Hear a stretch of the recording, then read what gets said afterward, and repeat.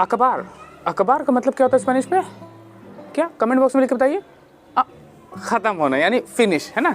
तो दोस्तों अखबार का यूज़ कैसे स्पेनिश भाषा में और तरीके से किया जाता है, कुछ प्रपोजिशंस को ऐड करके, वो मैं आपको सिखाने वाला हूँ। ये हमारी डेली टू डेली जो हम लोग स्पेनिश बोलते हैं उसमें हमको बहुत हेल्प करेगा। तो ये वीडियो प्लीज़ आपको आखिर तक देखनी है, एक भी पॉइंट मिस नहीं करना। 4 तरीके बताऊँगा इसको अलग अलग तरीके से यूज़ करने के, जिसको आप डेली यूज़ कर सकते हैं, ठीक है। अगर आप लोग मेरे चैनल पर नए हैं तो प्लीज़ मेरे चैनल को सब्सक्राइब कर लीजिए, क्योंकि मैं आपको सिखाता हूँ स्पेनिश हिंदी माध्यम से। तो आप लोगों को सब्सक्राइब करना है और बेल का आइकन बटन दबाना है और वीडियो को लाइक करना है। मुझे आप लोग सोशल नेटवर्किंग साइट्स पे यानी फेसबुक और इंस्टाग्राम पेज पर भी फॉलो कर सकते हैं। और साथ ही साथ जो लोग मेरी ऑनलाइन स्पेनिश क्लासेस ज्वाइन करना चाहते हैं उनको अभी कभी मेरा एप्लीकेशन डाउनलोड करना पड़ेगा। वहाँ पे हैं बिगिनर्स के लिए, हर महीने में कोर्सेज लॉन्च करता हूँ, वहाँ पे आप उन कोर्सेज को ज्वाइन कर सकते हैं। तो चलिए दोस्तों इस वीडियो को शुरू करते हैं।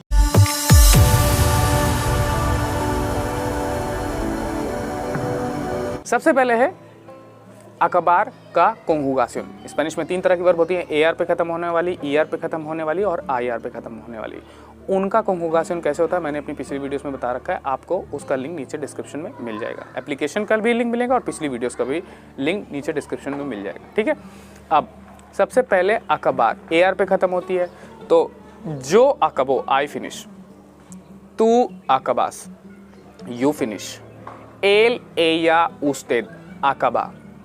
मतलब आई जब होता है, जो होता है उसमें हम AR हटा के O ऐड करते हैं, तू होता है तो AS ऐड करते हैं, अगर एल एया उस्तेद होता है तो AR हटा के आ ऐड करते हैं। फिर इसका नोसोत्रोस या नोसोत्रास के लिए हम लोग अकाबामोस, फिर बोसोत्रस के अकाबाइस, फिर एयोस एयास और उस्तेदेस के लिए अकाबान, AR हटा के AN लगाना पड़ता है, ठीक है। अब इसके 4 अलग अलग तरीके हैं। सबसे पहले अखबार के साथ अगर आप दे लगाते हैं और इन्फिनेटिव वर्ब क्या होती है? जो वर्ब बिना कंजुगेट किए लिखी जाती है उसको इन्फिनेटिव वर्ब कहते हैं। जैसे कोम्प्रार, बियाखार, कोमेर, बिबीर, इस तरह के वर्ब हम, है ना, लिख सकते हैं। तो इसका मतलब ये होता है कि जब हम अखबार लिखें फिर दे लिखें, इन्फिनेटिव लिखें, तो इसका मतलब होता है आई जस्ट डिड समथिंग, मैंने अभी कुछ खत्म किया है ना, आई जस्ट डिड समथिंग, मैंने कुछ अभी किया है। तो एग्जाम्पल, अकाबो दे लिम्पियर, आई जस्ट क्लीन्ड। तो यहाँ पे अखबार का मतलब फिनिश नहीं होगा, यहाँ पे हो जाएगा जब हम अखबार को कंजुगेट करेंगे। पहले अखबार, जैसे मान लो जो अकबो तू अकबास, फिर दे लगा दीजिए, है ना, दे लगाइए और फिर जो भी आपकी वो हमारी इन्फिनेटिव वर्ब है। तो जो अकबो हो जाएगा यहाँ पे अकबो, और यहाँ पे दे और इन्फिनेटिव वर्ब, जैसे अकबो दे लिम्पियर, I just finish, you just finish, अकबास दे लिम्पियर, ठीक है।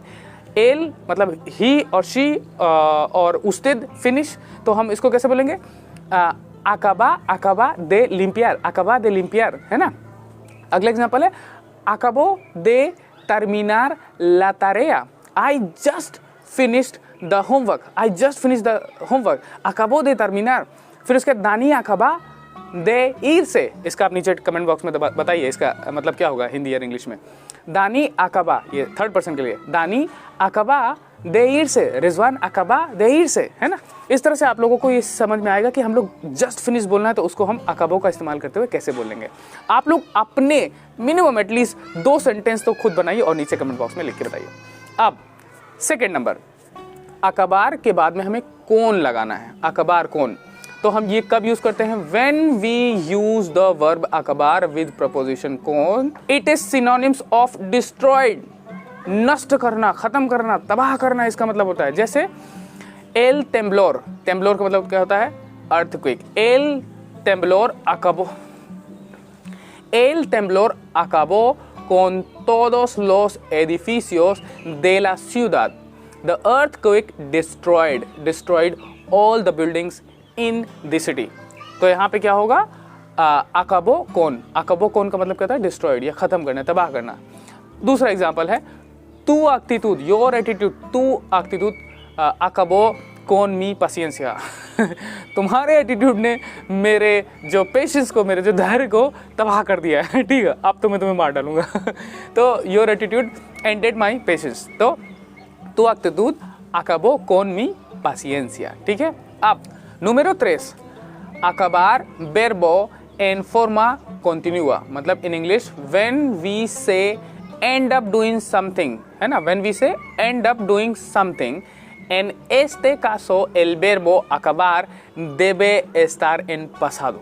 चलिए कुछ एग्जाम्पल के थ्रू देखते हैं, कहानी तो समझ में नहीं आता है, इसे एग्जाम्पल देखते हैं। तो इसका example, ella acabó yendo, yendo का मतलब क्या होता है, जाना, है ना, ella acabó yendo al concierto sola porque su amigo no quiso acompañarla, उसके फ्रेंड ने उसके साथ जाने से मना कर दिया, इसलिए वो अब कॉन्सर्ट नहीं जा रही है। समझ रहे, उसने मना कर दिया, ये हमारी कंडीशन थी, इसलिए वो कॉन्सर्ट अब नहीं जा रही है। समझ रहे हैं आप कि कैसे हम कोई चीज़ हम गिव अप कर रहे हैं, हम अब भैया नहीं जाएंगे, एंड अप डूइंग समथिंग, मैं नहीं करूँगी, मेरी बहन ने खाना नहीं बनाया, मैं भी नहीं बनाऊंगी, ठीक है। तो इस तरह से आप सेंटेंसेस का इस्तेमाल कर सकते हैं अकाबो का इस्तेमाल करते हुए। अकाबो हमेशा ध्यान रखेगा यहाँ पे एक सिचुएशन पास में होगी, क्योंकि मेरा फ्रेंड मेरे साथ नहीं गया इसलिए मैं भी नहीं जाऊंगी, ठीक है।